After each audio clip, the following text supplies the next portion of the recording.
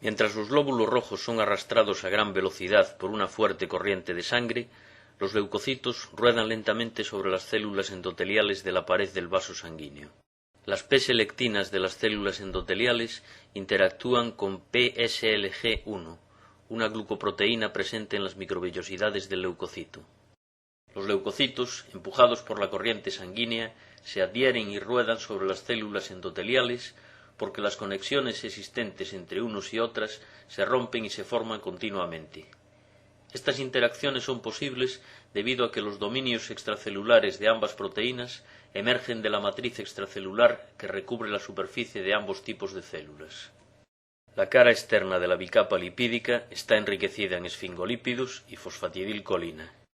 Balsas enriquecidas en esfingolípidos, elevadas con respecto al resto de la membrana, reclutan proteínas de membrana específicas.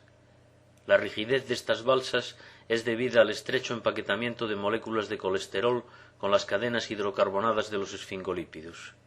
Fuera de las balsas, las cadenas hidrocarbonadas insaturadas y la baja concentración de colesterol resultan en una mayor fluidez. Allí donde hay una inflamación, las quemoquinas secretadas, unidas al proteoglicano heparansulfato de la matriz extracelular endotelial, son presentados a receptores transmembrana 7 de los leucocitos. La unión estimula a los leucocitos y dispara una cascada intracelular de reacciones de señalización. La composición de la cara interna de la bicapa lipídica es diferente a la de la externa. Mientras que algunas proteínas atraviesan la membrana, otras están ancladas a su cara interna mediante enlaces covalentes con las cadenas de ácidos grasos o unidas por enlaces no covalentes a otras proteínas de membrana. Los complejos proteicos unidos a la membrana son esenciales para la transmisión de señales a través de ella. Debajo de la bicapa lipídica, tetrámeros de espectrina, organizados en redes hexagonales, están anclados a proteínas de membrana. Esta red forma el esqueleto de la membrana, el cual contribuye a su estabilidad y a la correcta distribución de las proteínas de membrana. El citoesqueleto está constituido por redes de proteínas filamentosas, que son responsables de la organización espacial de los componentes del citoplasma. En el interior de las microvellosidades, filamentos de actina se disponen en haces paralelos estabilizados por proteínas de interconexión. A mayor profundidad en el citosol, la red de actina adquiere una estructura de gel, estabilizada por diversas proteínas que se unen a la actina. Los filamentos interconectados por complejos proteicos crecen alejándose de la membrana por adición de monómeros de actina a los extremos en crecimiento. La red de actina es una estructura muy dinámica, con una continua y direccional polimerización y desensamblado. Proteínas de cizalla inducen cortes en los filamentos, originando fragmentos cortos que se despolimerizan rápidamente o dan lugar a nuevos filamentos. El citoesqueleto incluye una red de microtúbulos creados por la asociación lateral de protofilamentos, formados por la polimerización de dímeros de tubulina. Mientras que los extremos en crecimiento de algunos microtúbulos se extienden hacia la membrana plasmática, otras proteínas estabilizan la estructura curvilínea de los protofilamentos de otros microtúbulos, dando lugar a su rápida despolimerización por el mismo extremo. Los microtúbulos proporcionan caminos por los que vesículas membranosas se desplazan desde la membrana plasmática o hacia ella. El movimiento direccional de estas vesículas de carga es debido a una familia de proteínas motrices, las quinesinas, que enlazan las vesículas y los microtúbulos. Orgánulos membranosos como las mitocondrias están firmemente atrapados por el citoesqueleto. Las mitocondrias cambian continuamente de forma y su orientación está parcialmente determinada por su interacción con los microtúbulos. Todos los microtúbulos se originan a partir del centrosoma, una estructura fibrosa que contiene dos centriolos cilíndricos y que está ubicada en las proximidades del núcleo.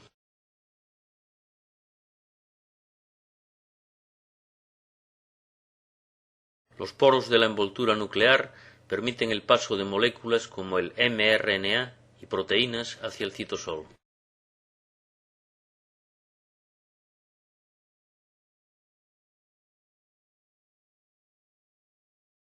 Aquí, ribosomas libres traducen las moléculas de RNA mensajero a proteínas. Algunas de estas proteínas van a residir en el citosol.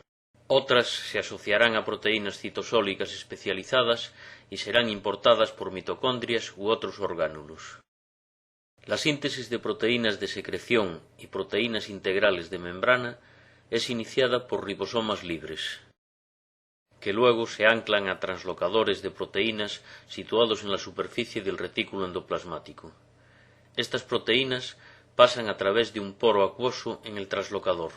Las proteínas de secreción se acumulan en la luz del retículo endoplasmático, mientras que las proteínas integrales de membrana quedan incrustadas en la membrana de este orgánulo. Las proteínas son transportadas desde el retículo endoplasmático al aparato de Golgi mediante vesículas que se desplazan a lo largo de los microtúbulos.